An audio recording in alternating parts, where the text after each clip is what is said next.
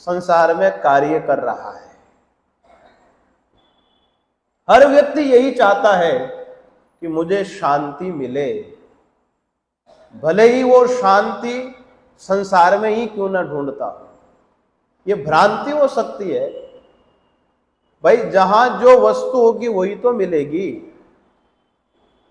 जहां पर चारों तरफ अशांति होगी, उस अशांति के समुद्र में आप गोता लगाओ,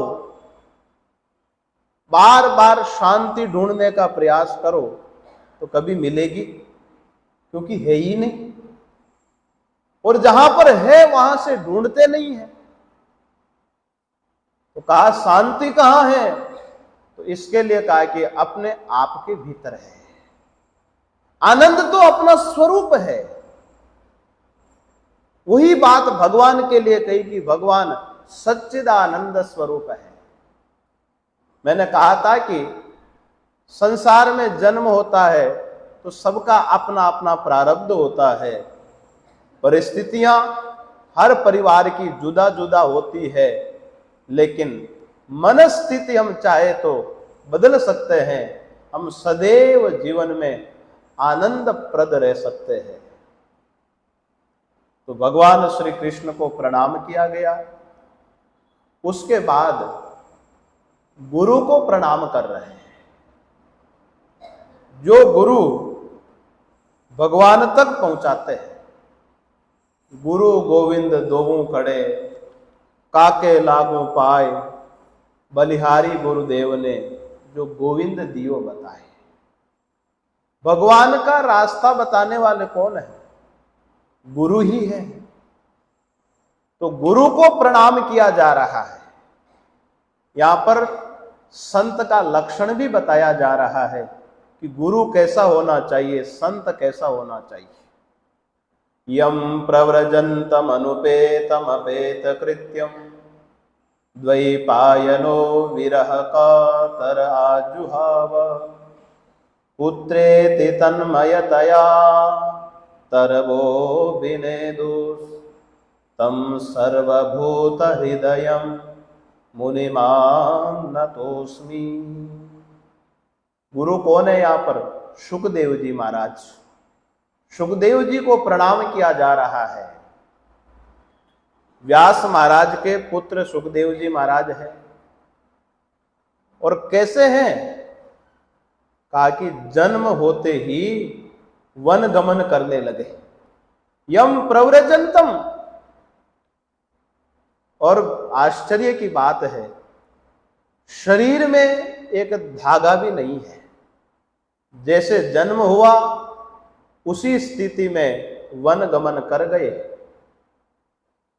देखो, कहीं पर संतान का जन्म होता है तो माता पिता सोचते हैं कि यह हमारे बुढ़ापे का सहारा बनेगा।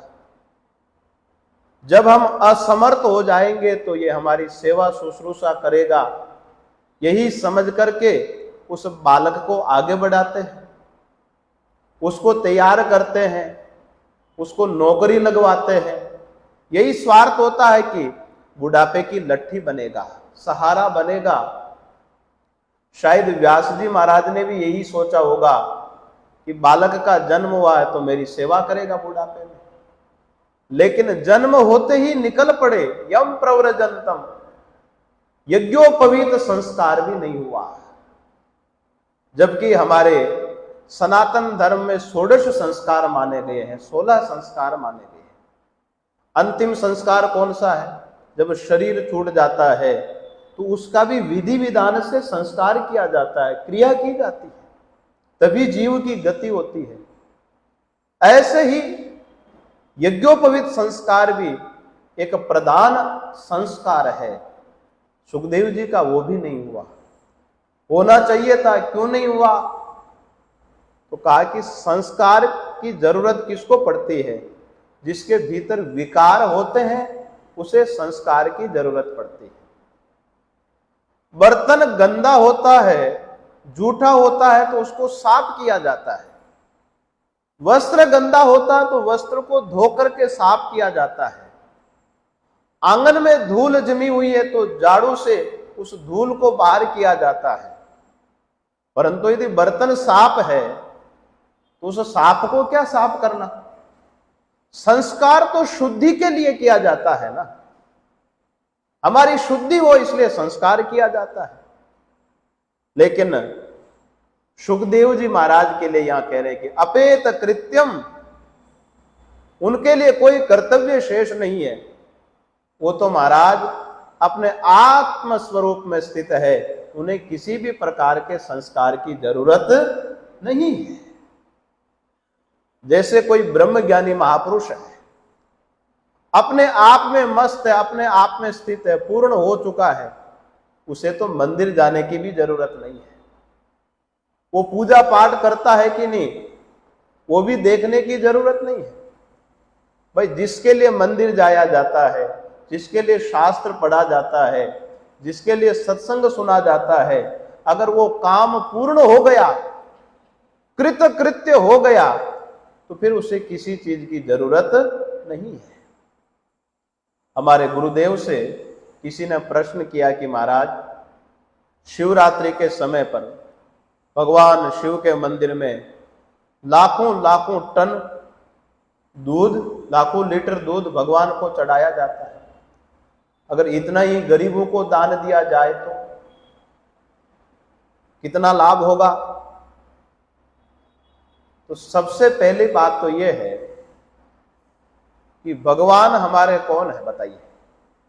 त्वमेव माता च पिता त्वमेव, त्वमेव बंधुश्च सखा त्वमेव। भगवान ही तो सब कुछ है ना। संसार के माता पिता कौन है? भगवान है। मां भी वही और पिता भी वही। और भाई बंधु कौन है? बंधु। मित्र कौन है? तो भगवान ही मित्र है। तो अब आप ये बताइए कि अगर घर में दूध रखा हुआ है तो माता पिता का दूध क्या गरीब को बांट देंगे क्या आप? गरीब को बांटने के लिए मना किसने किया है? किसी ने मना किया है क्या? खूब गरीबों की सेवा करो, करना ही चाहिए। लेकिन कोई माता पिता का ही हिस्सा किसी को देता है क्या? उनका अधिकार है। हमारे भगवान हमारे सर्वस्व है, सब कुछ है, पूरे संसार के मालिक है, परमात्मा है, उनके लिए हम करते हैं। फिर प्रश्न हुआ कि महाराज भगवान तो घट घट में है, काशी मथुरा प्रयाग जाने की जरूरत क्या है? सर्वत्र भगवान है, हमारे हृदय में विराजमान है, तो फिर बाहर ढूंढने की जरूरत क्या है? तो इसका समाधान यह है कि जिस दिन हमारी ये स्थिति हो जाएगी, जिस दिन हमें यह अनुभव हो जाएगा कि परमात्मा सर्वत्र है, हमें ऐसा अनुभव होने लगेगा, तो सचमुच में भगवान को ढूंढने की जरूरत नहीं पड़ेगी। लेकिन जब तक भेद दिखाई दे रहा है,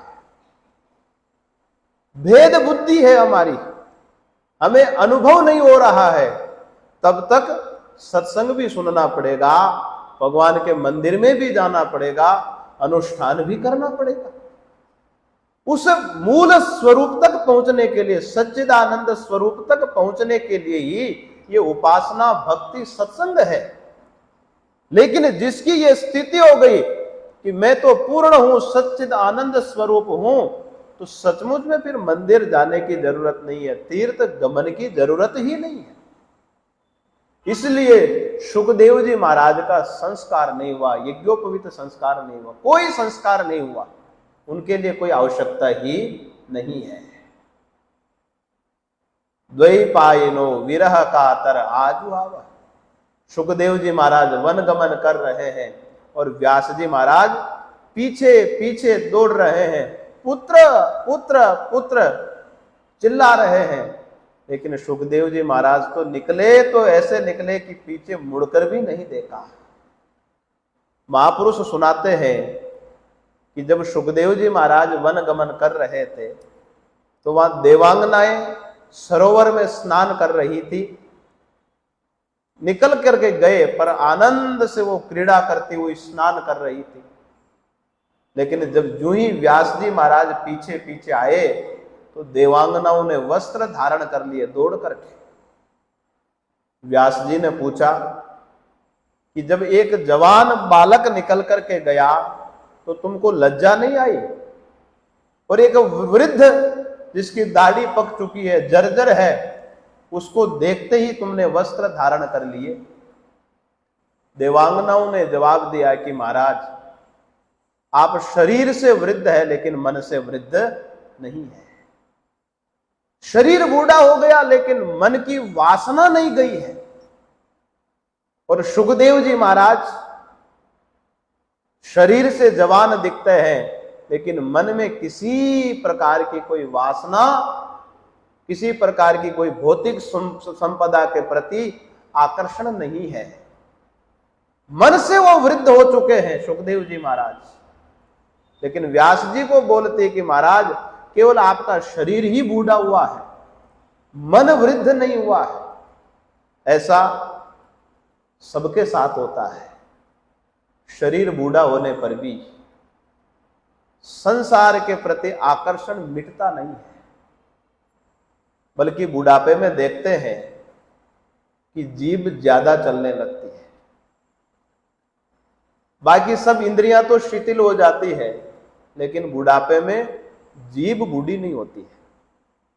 अन्य देखो, आंख से दिखना बंद हो जाता है, कम हो जाता है, कान से सुनाई देना कम हो जाता है, सब इंद्रियों में शिथिलता आ जाती है, लेकिन जीभ में बुढ़ापा नहीं आता है। बुढ़ापे में भी बड़बड़ बड़बड़ बड़ करते रहेंगे, वो बूढ़ी नहीं होती, बल्कि बोलना बढ़ जाता है बुढ़ापे में। तो भगवान ने ऐसा क्यों किया? अन्य इंद्रियों में बुढ़ापा आ जाता है लेकिन जीभ में बुढ़ापा नहीं आता है। शायद इसलिए भगवान बुढ़ापा नहीं देते हैं कि जीभ से हम राम राम राम राम राम राम राम करते रहते हैं, तो इसलिए जीभ कभी बूढ़ी नहीं होती है। तो महाराज, उम्र बढ़ने पर भी मन जवान रहता है, मन की वासना समाप्त नहीं होती है। इसलिए देवांगनाओं ने वस्त्र धारण कर लिए। व्यास जी महाराज दौड़े जा रहे हैं, पुत्र पुत्र। इतने में वहां जंगल के वृक्ष बोलने लगे, तरवो भी ले दो। जंगल के वृक्ष बोलने लगे कि महाराज, आपसे तो हम वृक्ष अच्छे हैं, आप पुत्र की चिंता कर रहे हो, आपको पुत्र चाहिए। वृक्ष बोलने लगे कि देखो, हम सर्दी गर्मी बरसात सहन करते हैं, हमारा सहयोग करने वाला कोई नहीं है, कोई सहायता नहीं करता है। भीषण गर्मी होती है तो सूर्य की तपन सहन करते हैं, मूसलाधार बरसात होती है तो बारिश का पानी हम सहन करते हैं, भीषण कड़ाके की ठंड होती है तो हम ठंडी सहन करते हैं। फिर भी देखो हम कितने मस्त है, हरे भरे हैं, कोई चिंता नहीं है। आपसे तो हम पेड़ पौधे अच्छे हैं, और आप सुखदेव जी महाराज के पीछे दौड़ रहे हैं। वो तो सर्वभूत हृदयम, उनके लिए क्या पिता क्या पुत्र, वो तो सबकी अंतर आत्मा है। सुखदेव जी महाराज की तरफ से पेड़ पौधे बोल रहे हैं कि वो महापुरुष, उनके लिए पिता पुत्र का कोई भेद है ही नहीं। भाई बंद रिश्ते नाते सारे भेद मिट गए, उनके लिए तो सब उनकी अंतरात्मा है। और सच्चाई तो यही है ना। पिता पुत्र कितने साल के लिए रहते हैं? थोड़े से काल के लिए रहते हैं, फिर मर जाएंगे। फिर पिता कौन होंगे? दूसरे पिता होंगे। मर करके मान लीजिए हमको अगर घर की स्मृति रह जाए और आप घर में जाकर के कहेंगे कि मैं तो इस घर का मालिक हूं, आपको कोई घुसने देगा घर में?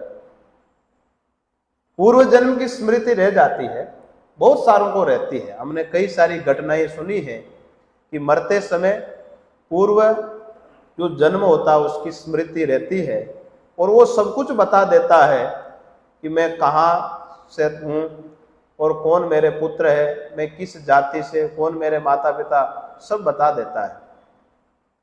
फिर उस घर में जाते हैं, आप अधिकार जताएंगे, कोई मालिक बनने देगा? भगा देंगे डंडा मार करके। जिस घर के लिए आपने कितना कुछ किया, लेकिन दूसरे जन्म में अगर आप मालिक बनना चाहेंगे तो कोई मालिक नहीं बनने देगा। ये तो थोड़े से काल के लिए है। तो कहा कि ये कितने काल से चल रहा है, अनादि काल से ये परिवर्तन चल रहा है। कितने मकान बनाए, कितने माता पिता बनाए, कितने बंधु बांधव बनाए, आज तक कोई स्थायी रहा नहीं। आज जो हम सोचते हैं कि ये मेरे जिगर का टुकड़ा है, हृदय का टुकड़ा है, अरे ऐसे टुकड़े तो कितनी बार आए होंगे और कितनी बार चले गए होंगे। तो वही कह रहे हैं कि सुखदेव जी महाराज तो सर्वभूत हृदयम मुनिमान नतोस्मि, जो ऐसे मुनि जो सबकी अंतरात्मा है, ऐसे मुनि को हम प्रणाम करते हैं, नमस्कार करते हैं। बताइए महापुरुष कैसे हैं? जब वन गमन किया तो न खाने की चिंता, न पीने की चिंता, न ओढ़ने पहनने की चिंता, न रहने की चिंता। साधु का जीवन कैसा होना चाहिए? हमारे गुरुदेव सुनाया करते हैं, अगर एक संत को खाने पीने की चिंता है तो फिर वो साधु ही कैसा है? संत को कहीं भोजन की कमी होती है क्या? हमको तो नहीं हुई कभी भी। जहां भी जाए आगे से आगे भोजन तैयार रहता है और किसी को नहीं होती है कभी। तो परन अगर संत भी बैलेंस बना करके रखे कि आगे क्या होगा, तो फिर गृहस्थ में और संत में क्या अंतर होगा। या सुखदेव जी महाराज के देख लीजिए, कुछ तैयारी करके निकले हैं, कोई झोला हो साथ में, कोई अटैची हो, सूटकेस हो साथ में, कुछ नहीं है साथ में, निकल गए।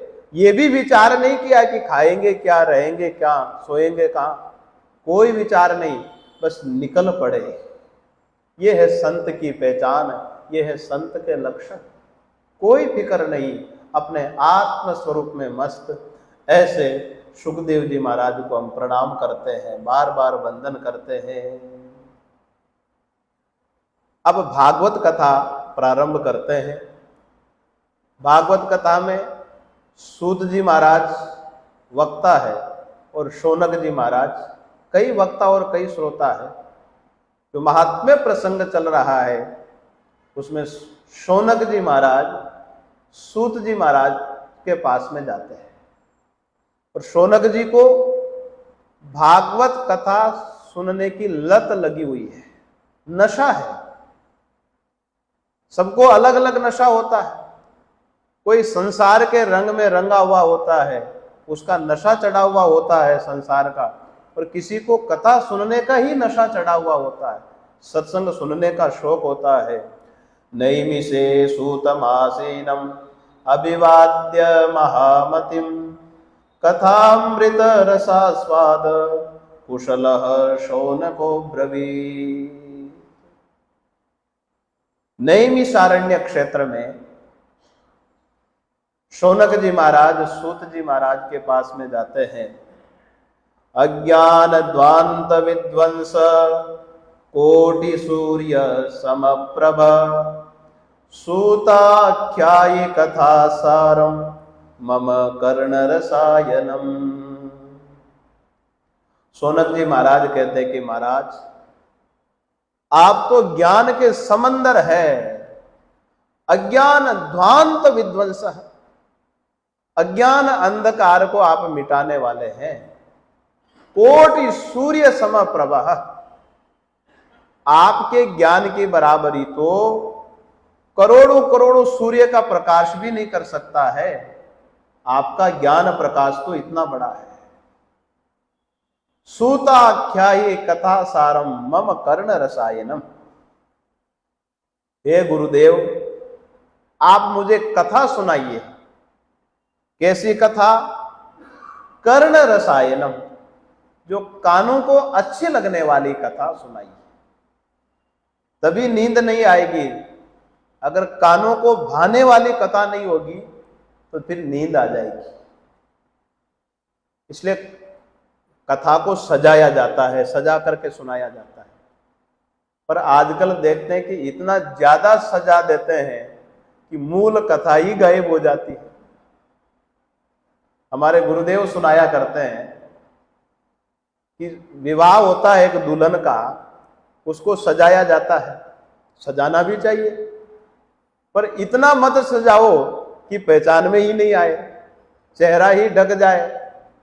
इसी प्रकार भागवत को भी रसीला बना करके बोलना चाहिए, लेकिन इतना ज्यादा सजा देते हैं कि मूल कथा का ही पता नहीं लगता है। जैसे भोजन करते हैं ना, तो भोजन में मीठा तो जरूरी है, लेकिन मीठा ही मीठा खाते जाएंगे तो शुगर होगी कि नहीं, बीमारी हो जाएगी, और वही मीठा जहर की तरह लगने लगेगा। मीठा जरूरी तो है, लेकिन साथ में नमकीन भोजन भी जरूरी है। इसलिए यहां कह रहे हैं कि कर्ण रसायनम, कानों को भाने वाली कथा सुनाइए। और कथा किसे बोलते हैं, कौन कैसा क्या, उसे कथा बोलते हैं। कथा का अर्थ होता है जिसमें क्यों, कब, कौन, कैसे, इनका उत्तर दिया जाता है, उसे बोलते हैं कथा। जिसका क से प्रारंभ होता है ना, क्यों, कब, कैसे, कहां से, सबका क से प्रारंभ है ना, तो जहां पर इन प्रश्नों का उत्तर दिया जाता है, आगे क के आगे क्या था, यथा, तथा, उत्तर तो ऐसे ही दिया जाता है। तो कथा का अर्थ हुआ कि जिसमें संसार विषयक हर प्रश्न का समाधान मिलता हो और जहां आत्मोपदेश दिया जाता हो, प्रत्येक प्रश्न का जवाब मिलता है। अहम क्वास्मि, मैं कौन हूं। आप कहेंगे कि महाराज ये प्रश्न करने की जरूरत क्या है, अरे हमें यही तो पहचान नहीं है कि मैं कौन हूं। किसी को पूछेंगे तो कौन है, तो कहा कि मैं तो महाराज इस नाम वाला हूं, रामलाल हूं, श्यामलाल हूं, परंतु वो तो शरीर है महाराज, मैं तो आत्मस्वरूप हूं। इस मैं का जवाब जहां मिलता हो वो कौन है, कथा है।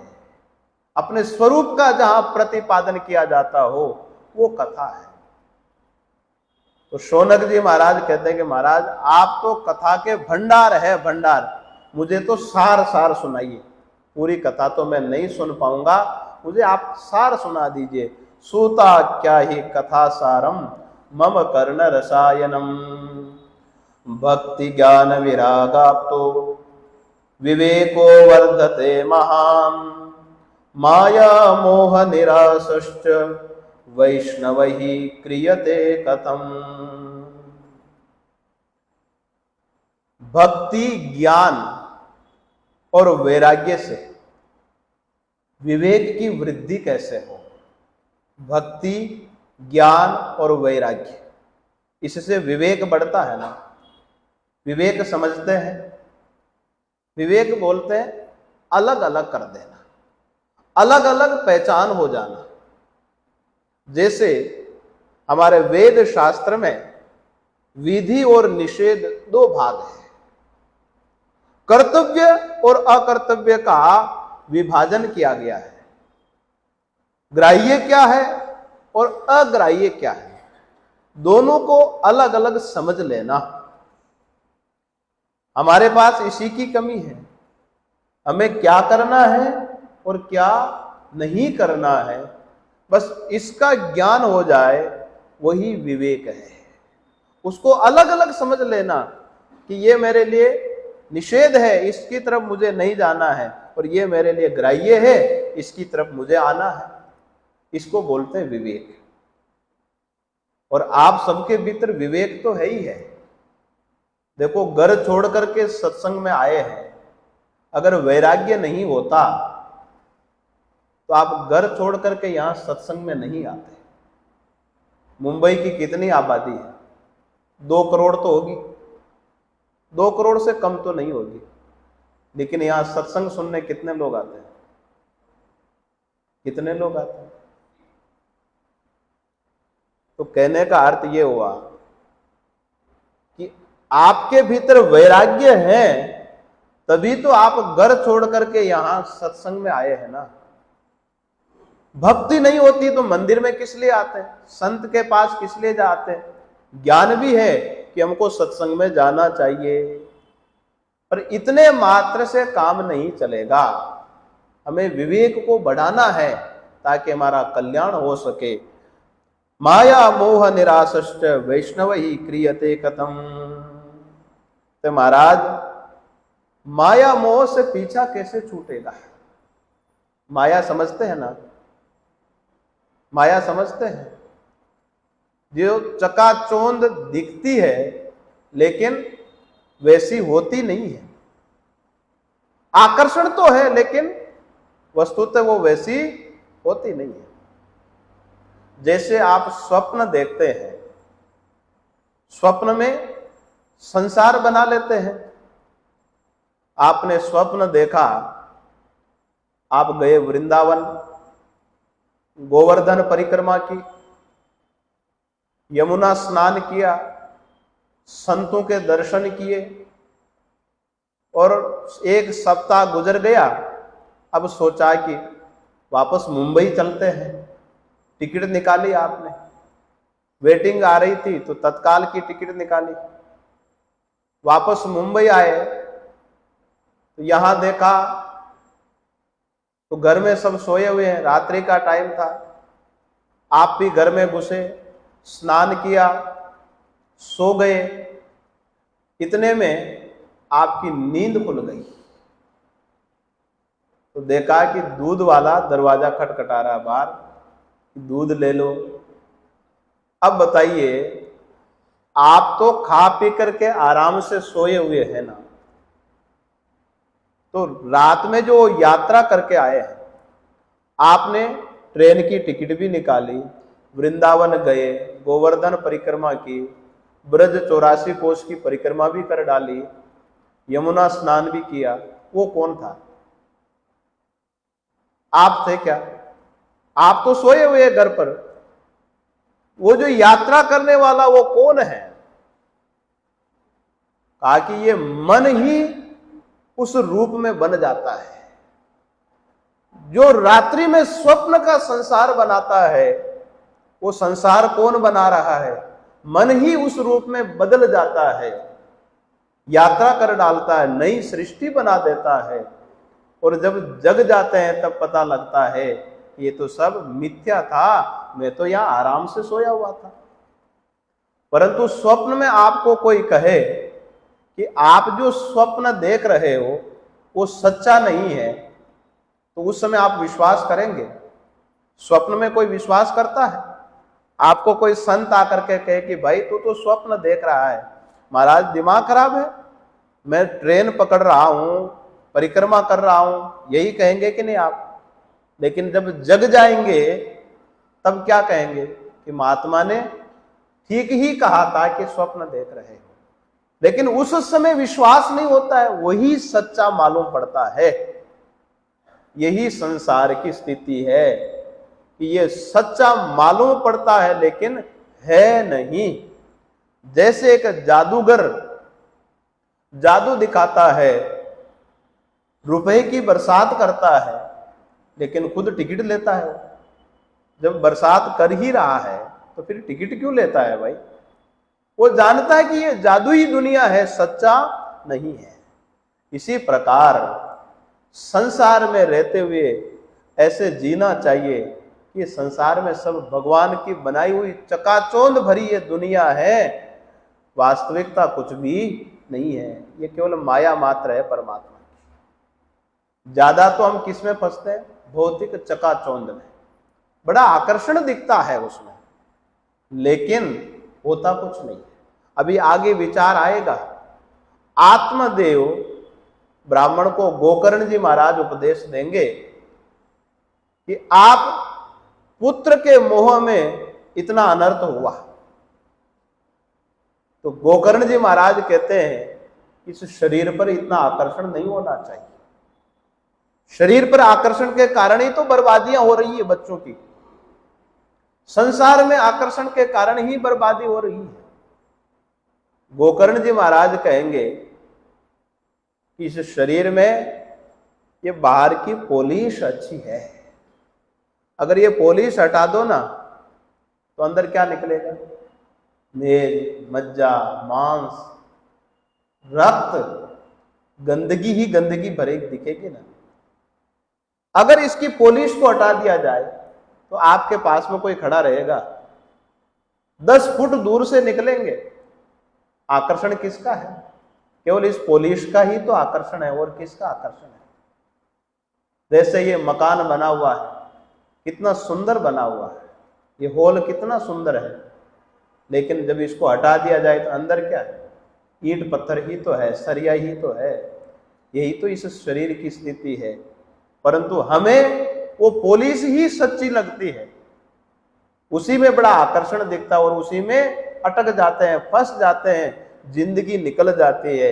और ऐसे तो कितनी जिंदगियां निकल गई और निकल जाएगी अगर नहीं समझ पाएंगे तो माया मोह निराशश्च वैष्णव ही क्रियते कथम इह घोरे कलौ प्रायो जीवश्चासुरतां गतः क्लेशाक्रांतस्य तस्यैव शोधने किं परायणम्।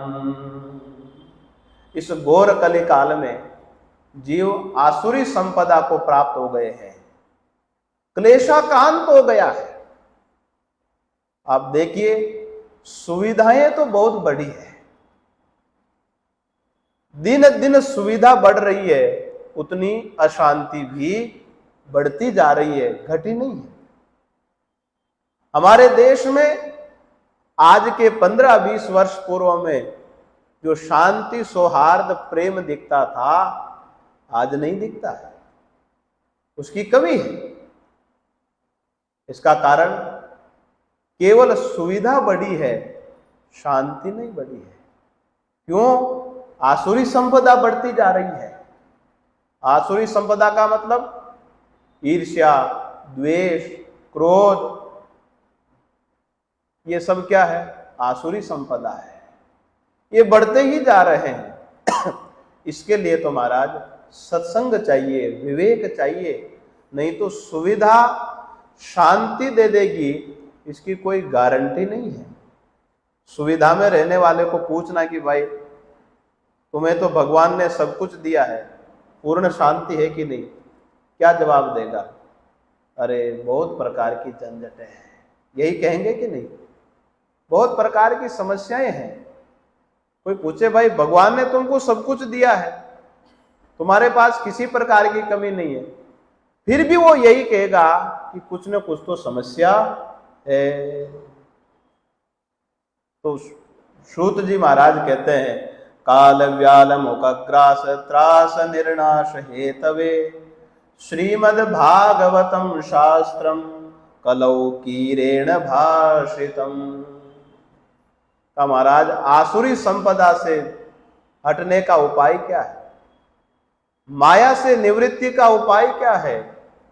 तो कहा कि श्रीमद् भागवतम शास्त्रम, ये भागवत शास्त्र ही इस मोह बंधन से हमें छुड़ा सकता है।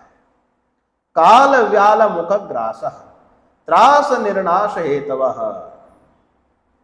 महाराज ये जो कलयुग है ना, कलयुग, ये काल रूपी सर्प है महाराज। काल व्याल मुख ग्रास, बड़ा सुंदर उपदेश दिया, ध्यान देना। इस काल को सर्प की संज्ञा दी गई है। ये काल कौन है? सर्प। वैसे भी बहुत सारों को काल सर्प योग लगा हुआ होता है, उज्जैन जाते हैं काल सर्प योग से छुटकारा पाने के लिए।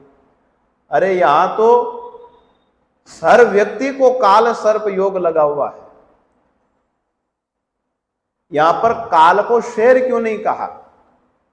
शेर भी तो खाता है ना। यहां पर काल को किसकी संज्ञा दी गई है? सर्प की संज्ञा दी गई है। शेर और सर्प में एक अंतर है। शेर जिंदे को पहले मारता है और फिर नोच नोच करके खाता है, और जो सर्प है वो जिंदे को निगलता है। सर्प मार करके नहीं खाता है, जिंदे ही जीव को निगलता है। भर्तृहरि महाराज कहते हैं कि एक सर्प था, उसने मेंढक को निगल लिया। रात्रि का टाइम था, बरसात का टाइम था, बरसात में बहुत सारे कीट पतंग उड़ रहे थे। सर्प मेंढक को 90% निगल गया, केवल मुख बाहर रह गया। पर जब सर्प निगलता है तो पीड़ा नहीं होती है, पता ही नहीं निगलने देता है कि वो निगल भी रहा है। तो लगभग पूरा ही निगल गया, केवल मेंढक का मुख बाहर है और वो जो कीट पतंग उड़ रहे हैं, मेंढक मुख लपलपा रहा है कि ये मेरे मुख में आ जाए। वो भोजन की तलाश कर रहा है, पीछे नहीं देख रहा है कि ये काल मुझे निगल चुका है। तो मेंढक कौन है महाराज? हम लोग ही वो मेंढक की तरह है। काल सर्प निगल रहा है, लेकिन हम पीछे मुड़ करके नहीं देखते हैं कि हमें ये जन्म किस लिए मिला है। निगल गया, देखते देखते कितना समय निकल जाता है पता ही नहीं लगता है। आश्चर्य होता है, पानी की तरह समय निकल जाता है, पता ही नहीं लगता है। तो हमारी यही स्थिति है कि ये काल सर्प हमें निगल रहा है, थोड़ा सा समय बचा है और पूरा ही निगल जाएगा। लेकिन फिर भी हम लोग ये बोध नहीं कर पाते हैं कि हमें संसार से निवृत्ति पानी है, भगवान की तरफ मुड़ना है। सच्चाई तो यही है। काल व्याल मुखग्रास त्रास निर्नाश हेतवे, वही तो त्रास देता है ये काल। ये काल नहीं रुकता है, बाकी रुक भी जावे लेकिन ये चक्र, समय का चक्र रुकता नहीं और किसी को नहीं छोड़ता है। और ये अच्छा है, कम से कम भेदभाव तो नहीं होता है। अमीर को भी उठाता है और गरीब को भी उठाता है। नहीं तो लड़ाई झगड़े होते हैं कि अच्छे व्यक्ति को देख करके छोड़ दिया और गरीब आदमी को उठा लिया। पर भगवान के यहाँ पक्षपात नहीं है, वो तो समय आता है तो किसी को नहीं छोड़ते हैं। यमराज महाराज दौड़े हुए आते हैं, अरे भले भारत का एक नंबर ही अमीर क्यों ना हो, राष्ट्रपति, प्रधानमंत्री, यहां तक कि संत का ही शरीर क्यों ना हो, शरीर तो सबका जाता ही जाता है। ये काल तो हर प्राणी को निगल रहा है, सबको निगलेगा, वहां पक्षपात नहीं है। और हम अगर बचने का प्रयास करेंगे और समय आ गया तो वो किसी भी हालत में छोड़ेगा नहीं, उठा करके ही मानेगा। लाख जतन कर ले तो भी उठाएगा वो तो महाराज इससे उपाय क्या है बचने का? श्रीमद् भागवतम शास्त्रम कलौ कीरेण भाषितम।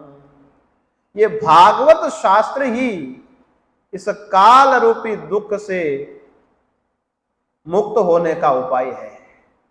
भागवत सुनो, और वो भी कौन सी भागवत? कलौ कीरेण भाषितम।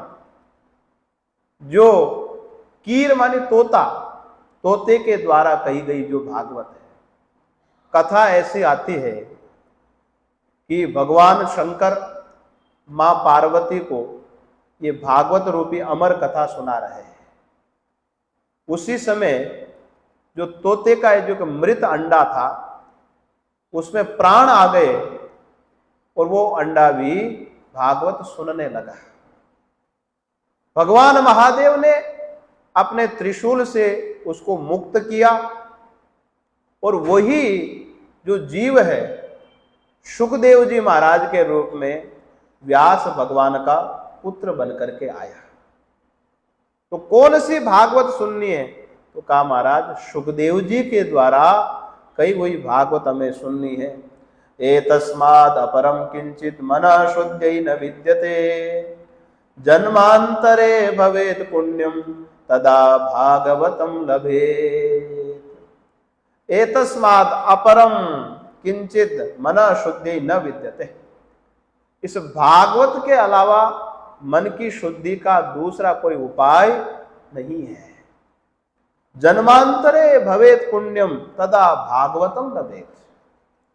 ये तो कोई जन्म जन्मांतर का पुण्य होता है, इसलिए ये भागवत रूपी महान ग्रंथ सुनने का अवसर प्राप्त होता है। हम लोग सौभाग्यशाली है, इस सनातन धर्म मंदिर में भगवान के पवित्र प्रांगण में यहाँ बैठ करके आप और हम ये भागवत श्रवण कर पा रहे हैं।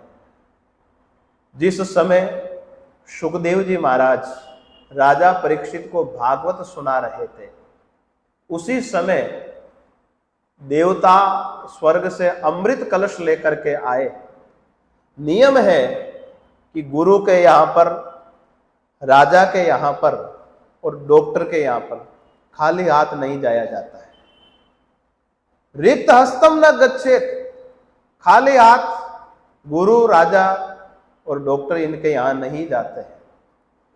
तो देवता भी गुरु सुखदेव जी महाराज के पास आए। क्या भेंट लेकर के आए? अमृत कलश लेकर के आए। देवताओं ने पूछा कि महाराज ये आप क्या कर रहे हैं? सुखदेव जी महाराज ने कहा कि मैं ये राजा परीक्षित को भागवत सुना रहा हूं। क्यों? कहा कि 7वें दिन इसकी मृत्यु हो जाएगी। तक्षक ने दंश कर लिया है, 7वें दिन ये मर जाएगा। इस मृत्यु से मुक्ति के लिए मैं भागवत सुना रहा हूं। तो देवताओं ने कहा कि महाराज आप इसको अमर करना चाह रहे हैं ना, मृत्यु से छुड़ाना चाह रहे हैं, तो एक काम करिए, इसको ये अमृत पिला दीजिए, ये अमर हो जाएगा, और भागवत हमको सुना दीजिए। तो सुखदेव जी महाराज ने जवाब दिया कि देवताओं जाओ जाओ, ये भागवत तुम जैसों के लिए नहीं है। यहां व्यापार नहीं होता है, हमारे यहां सौदाबाजी नहीं होती है। क्व सुधा क्व कथा लोके क्व काच क्व मणिर्महान ब्रह्मरातो विचार्यैव तदा देवान् जहासः। सुखदेव जी महाराज ने कहा कि क्व सुधा क्व कथा लोके क्व काच क्व मणिर्महान, कहां पर ये भागवत रूपी अमृत और कहां ये तुम्हारा अमृत कांच का टुकड़ा? भागवत को क्या कहा? अमृत। और देवता जो अमृत लाए थे उसको क्या कहा? कांच का टुकड़ा। ये तो भागवत तो मणि है, तुम्हारा अमृत कांच का टुकड़ा है और भागवत मणि है। इस प्रकार बोल करके ब्रह्मरात विचार्यैव तदा देवान् जहास है। ब्रह्मरात सुखदेव जी महाराज ने विचार करके देवताओं का परिहास किया। जाओ जाओ देवताओं, ये भोगियों के लिए भागवत नहीं है, ये तो योगियों के लिए है। जो राग रंग में रंगे हुए हैं, संसार में रंगे हुए हैं, भौतिक संपदाओं में रंगे हुए हैं, उनके लिए ये भागवत नहीं है। ये तो राजा परीक्षित जैसे विरक्त के लिए ये भागवत ग्रंथ है। अभक्तांश्च विज्ञाय न ददौ स कथामृतम श्रीमद् भागवती वार्ता सुराणाम अपि दुर्लभा। जो भक्ति शून्य है उन्हें भागवत नहीं सुनाया। सुराणाम अपि दुर्लभा, ये भागवत ग्रंथ देवताओं को भी दुर्लभ है। भागवती वार्ता, भागवत की कथा देवताओं को भी दुर्लभ है। इस प्रकार देवताओं को वापस भेज दिया। सुखदेव जी महाराज, सूत जी महाराज कहते हैं शौनक जी को कि हे शौनक, मैं तुम्हें एक भक्तिपूर्ण कथा सुनाता हूं। एक बार विशालापुरी में ये जो 4 ऋषि है, सनकादि ऋषि, ये सत्संग के लिए पधारे। वहां सत्संग चल रहा था। उन्होंने देखा कि नारद जी महाराज बड़े दुखी मन से बैठे हुए हैं। बड़े दुखी देखा, उदास देखा नारद जी को। उन्होंने पूछा कि कथम ब्रह्मन दीन मुख कुतश्चिंता तुरो भवान। हे नारद जी महाराज, आपके आगे नाथ न पीछे पगा, आपके तो कोई रोने वाला भी नहीं है, आपको दुख किस बात का है? जो पूरे संसार में विचरण करने वाले नारद जी महाराज, किसी लोक को नहीं छोड़ा उन्होंने। जहां मन करे वहां चल पड़े, कोई चिंता नहीं नारद जी महाराज। लेकिन आज चिंता मग्न देखा उन्होंने। उनको भी दुख हुआ कि नारद जी जैसे अगर चिंता करेंगे तो फिर संसार का क्या होगा। त्वरितम गम्यते कुत्र कुतश्च आगमनम तव। और जल्दी जल्दी नारद जी कहीं पर जा रहे हैं। तो सनकादि ऋषियों ने पूछा कि नारद जी महाराज, आप इतने जल्दी में हड़बड़ी में कहां जा रहे हैं? तो नारद जी ने कहा कि मैं सब लोकों में भ्रमण कर चुका हूं। मैंने सुना है कि सर्वश्रेष्ठ लोक है पृथ्वी लोक। सब जगह भ्रमण किया, पर सबने यही कहा कि सर्वश्रेष्ठ लोक कौन सा है? पृथ्वी लोक है। और इस पृथ्वी लोक में भी भारत भूमि सर्वश्रेष्ठ है। और इस भारत भूमि में भी कई सारे तीर्थ हैं। आप ये मानते कि नहीं कि भारत भूमि सर्वश्रेष्ठ है? मानते हैं ना? अरे अन्य देशों में तो देवदूत होते हैं, यहां तो साक्षात भगवान अवतार लेते हैं। ये भारत भूमि है और यहां आने के लिए देवता भी तड़पते हैं। सबसे बड़ा सौभाग्य तो यह है कि हमारा जन्म सनातन धर्म में हुआ। अगर मनुष्य बनते और दूसरे धर्म में हो जाता तो विचार करके देखिए हमारी क्या स्थिति होती। भेड़ बकरियों की तरह घूमते फिरते। और सनातन में भी जो जन्म हुआ है, यही अगर पाकिस्तान में हो जाता तो क्या स्थिति होती? बांग्लादेश में हो जाता तो क्या स्थिति होती? वहां के लोगों को पूछना कभी, हम तो मिले हैं उनसे। वो कहते हैं कि महाराज, आप जैसा सौभाग्यशाली संसार में कोई नहीं है। सनातन धर्मावलंबी तो हम भी हैं, लेकिन हम नरक में पड़े हुए हैं। आप भारत भूमि में हैं, आप तो स्वर्ग में हैं महाराज। आपको कहीं स्वर्ग देखने की जरूरत नहीं है, यही साक्षात स्वर्ग है। और सनातन धर्म में भी ऐसे स्थान पर जन्म दिया जहां सनातन धर्म मंदिर में प्रतिदिन सत्संग होता है। अगर दूर भेज देते, महाराज बस नहीं मिलती है, ट्रेन में भीड़ बहुत होती है, गर्दी बहुत है, डेली आया नहीं जाता है, कितने बहाने हो जाते।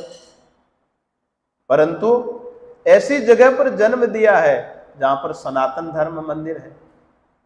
अब बताइए, इससे बड़ा सौभाग्य क्या चाहिए?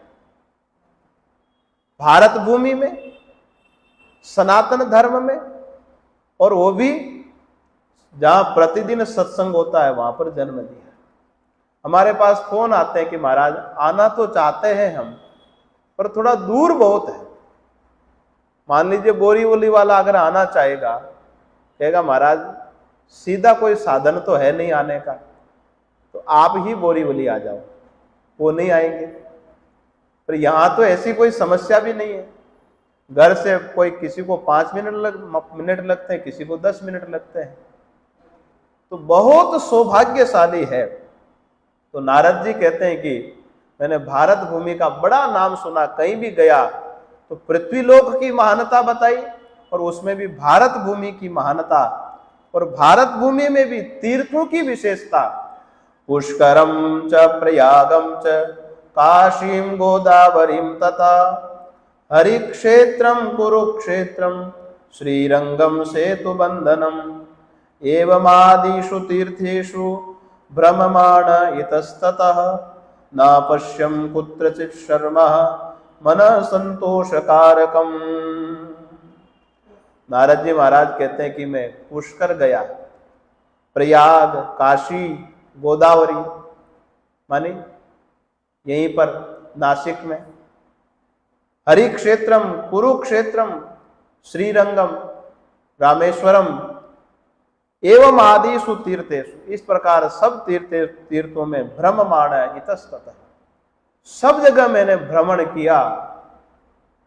न अपश्यम कुत्रचित् शर्मः, तीर्थों में भी मुझे शांति नहीं मिली।